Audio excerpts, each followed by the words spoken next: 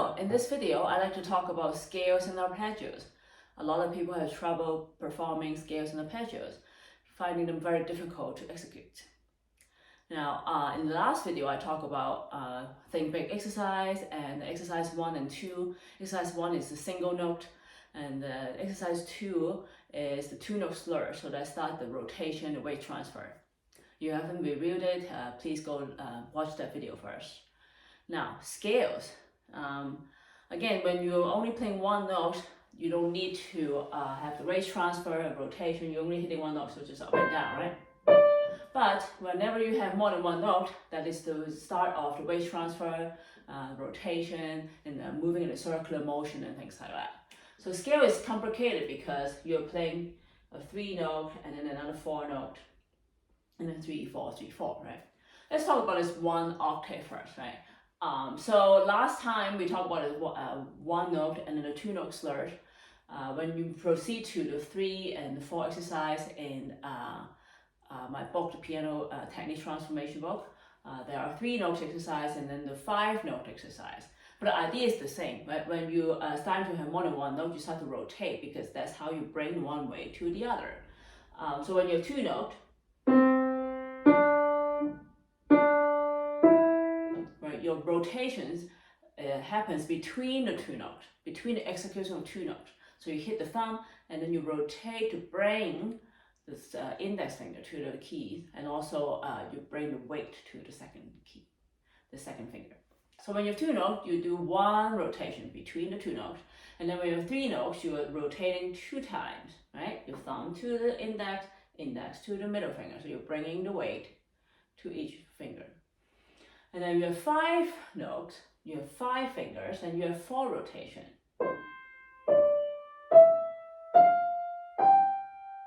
Right? So now the scale says, well, when you're doing just one octave, that's 8 notes. Right? So in the first book of the beginner book, we have a preparation exercise for the scale. We call it music ladder. So basically, you're doing the 3 and then the 5-note group. And then the 5-note group. Right, so you're doing the 3 and then the 5. So you don't connect them in the beginning because the connection is the problem, right? A lot of people have trouble with, the thumb might go up and down. So now I'm going to show you what you should not be doing and how you should execute a scale in the most efficient manner.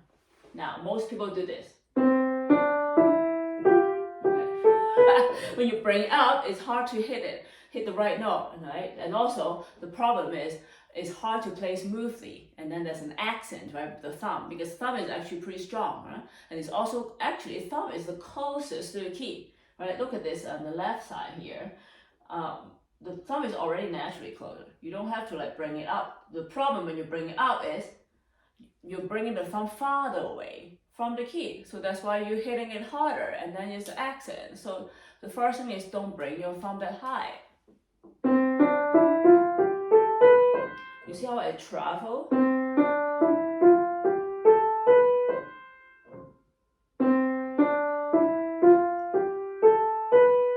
Right, so you want the thumb to be close to the key, right? It's like I tell the kids, it's like a cave, and then the thumb just gonna go in the cave, right? You don't want the cave to collapse. Keep the palm knuckles up.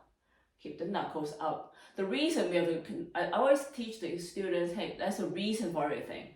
The finger's not curved because it just looks good, okay? There's a reason for that. When you have the fingers curled in a bit, not, like 90 degrees, a little bit slanted, somewhere between like 60 to 45 degrees, I always say.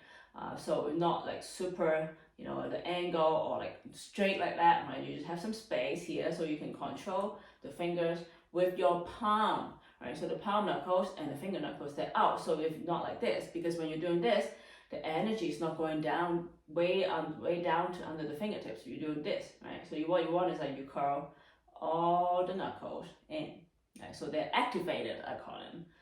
So then you can control your fingers with your palm and then your arm, right? So you can do this, right? Try to move your fingers here, not here, right? Try to do this first of all. So you are connecting, you're activating the palm muscle, you're grabbing the notes a little bit. Not, of course, not like this, just a little bit, right? So you're controlling your fingers now with your palm. So that's how you can rotate, right? How you transfer the weight. Now going back to the scale. So first of all, try to keep the thumbs close to the keys. I'm picking this up so you can see it. I don't usually do that, right? I'm trying to like show you. So the thumb is going under. So I'm not bringing it up like this. I'm not bringing my arm out. I'm not bringing my wrist up. The wrist should be, you know, in the straight line with your arm, your forearm, like this, okay? And the second thing is, you want to start moving your thumb right after you hit the first note, right? Because it's a C, and the C key, for example, C scale, you hit the thumb, you hit the C with the thumb, and then you go to the F, right? So you hit it, and then go to the F, right? So once you hit the C, you're gonna start moving your thumb, okay? Don't wait until, right? Don't do that. So move your thumb to continuously start traveling to F, right? Let's have a closer look.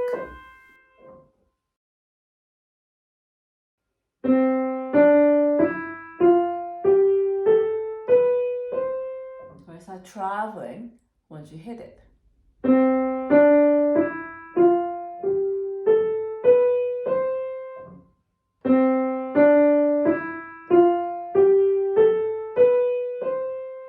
And also, one of the most important things, you have to contract your palm. You don't go like this, up and down, you know, you have to contract it, right? You see that? So when I hit the C, I start traveling, and then I contract this part of the palm to go to the C. Right, so I contract it to go to the C.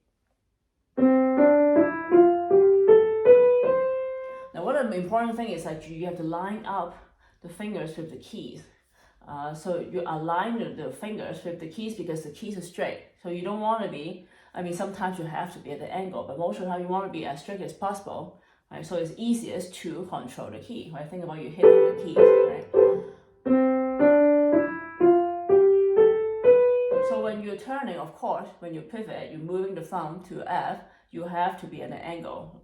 But still, you are aligning. You see that my middle finger is still in line, one straight line with the arm, okay? Not doing this.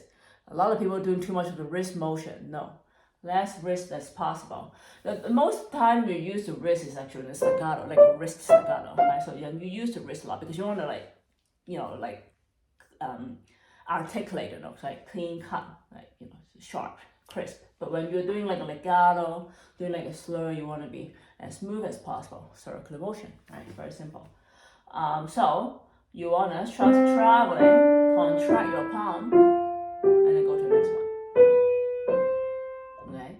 Another thing is the pivot under the middle finger. Whatever the finger you're turning right before, right? So right now with the scale, it's the middle finger, right? So you have to pivot. So bring the thumb to the next position. Once you hit it, swing the thumb basically, right? The thumb is already traveling, but give it a little bit momentum.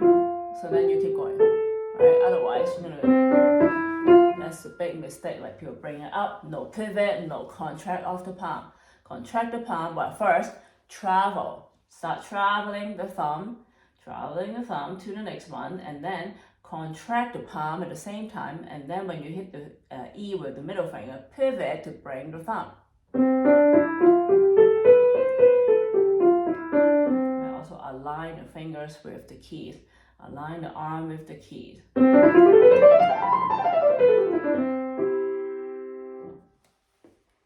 So going down is easier, right? When the right hand going down, it's more natural that we are turning. It's easier to think about the concept because when you're going down, you're using this part of the palm, so you turn it, so it's easier to think about turning down, going down direction. The same for left hand going up. But right hand going up, it seems to be harder, right? Right hand going up, left hand going down, it's harder because of the thumb. So start like working on contracting that palm muscle, right? You see that? So a lot of the time when you play piano, it's a lot of expansion and contraction, a lot of tension and relaxation. You cannot just do one, right? You cannot be tense all the time and then you just tense up. You cannot play for a long time, right? but you cannot be relaxed all the time because you're not doing anything. You're not hitting the right key, or you don't hit all the way down to the key that's set. So you have to have a balance. Same as, like you cannot be tense like this, expand all the time. You have to contract sometimes because it's closer, sometimes it's bigger, right? When you do arpeggio, we're going to talk next, you have to expand your palm, right? When we talk about arpeggio, it's a broken chord. Right? So first of all, actually, like let's say C scale, okay, C arpeggio. Right? So what you want to do is actually play them together, okay, before you play them broken. So you try to like have a sense of that palm grip. I call it a palm grip. Like I tell the kids like a Spider-Man, like so you want to like use the palm, like that. But it's not like really stretching out. It's more like thinking about, okay, you have to like expand your palm a little bit because the web coming out. But you want to do when you play arpeggio, I learned it from a French dancer a long time ago. I found it amazing. You want to grab that notes in a little bit, the chord in a little bit. So you kind of like grabbing a tissue, you grab it in a little bit. Or like, those robot hands to grab those stuffed animal from the machine that you never get. Same thing, right? First, not like, a lot of tension, but just a little bit. Right? Grab it a little bit, but not too hard. So that's how you should feel, expand your palm, like some web here, expand it. When you play scale, you don't have to, right? When you're playing arpeggio, you have to expand from the palm, like that, the palm. And then the arpeggios, first of all, maybe try to do 1 octave, right? So you want to transfer weight, just like, the 2 note, 3 note, 5 note, but now you are going farther distance. That's why it's harder, because you have to rotate a bit more to the second one, and then to the third finger. And then here is much bigger. So you have to actually, you can also do that rotation exercise, just like left and right, because you want to have the sense of weight transfer. Like that. And then you start traveling.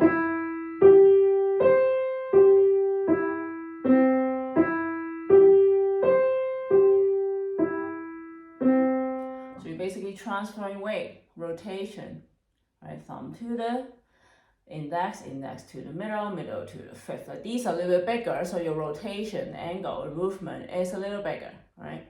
When they are closer, much less. So the middle one, a little less, right? 2 and 3, and 1 to 2, a little more, 2 to 3, a little less, 3 to 5, a little bigger, because there's a bigger interval. There's an interval of fourth here.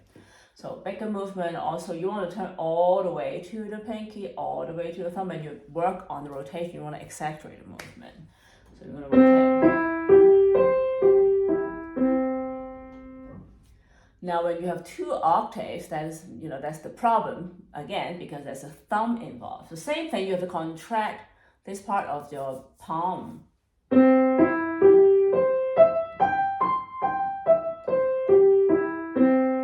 So you contract, and then don't bring it up, right? When you bring it, you're gonna hit it hard, so you don't want that. Right? I'm keeping it really close. And then play on the side, just the tip of the fingers, but the side of the tip. Right? So you're not pressing it down. You see this? I'm not putting all the weight down like that, okay? I was exaggerating, right? Like that.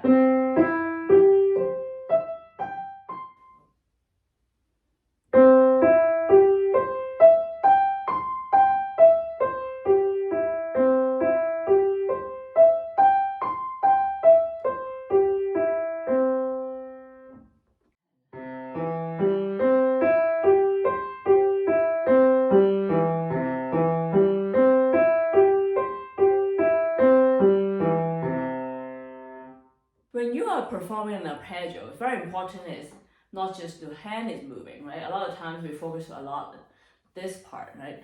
After the wrist is like, we are immobile, we have to start moving. Opening your arm out and the elbow out, and then go back. So, because arpeggio, we travel quite quickly across, like a couple octaves with like, what? 1, 2, 3, 4, 5, 6, 7 notes, okay? Instead of the scale, right? You did 1 octave, you still only, like 8 notes in 1 octave. But like, arpeggios travel quite quickly. So you have to open your arm quicker, bigger. Right? So when you start playing on the C, for example, your arm is quite close, your upper arm is quite close. But once you start playing, you're going to start open your arm, your upper arm. So your upper arm is away from your body. And then kind of maintain that position. And then you start shifting weight to the right. But when you shift weight, don't go like this, right? Because the keyboard is straight, horizontal. So you move like this. Okay? You're doing a horizontal movement too. Of course, sometimes I do this, just to feel more. But right now, let's talk about. So your balance, your shoulder is not dropping like this. You're just gonna shimmy to the right, shimmy to the left. And open up your arm and keep it here. Right, so you see the elbow is pointing to the right. And then once you are going down, then you flip. Right, so you have to close your elbow after the flip.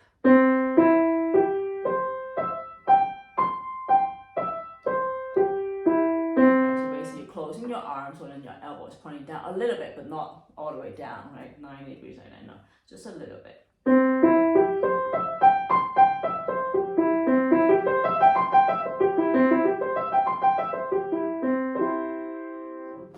Now same thing for the left hand, but the opposite, obviously, because we're going up first.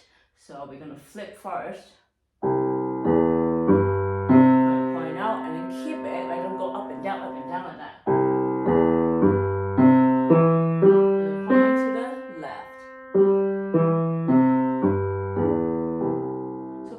At the end, you turn down a little bit. So it's not like this or a lot of heels. Actually, just go up and then kind of maintain, and then go back and go down a little bit.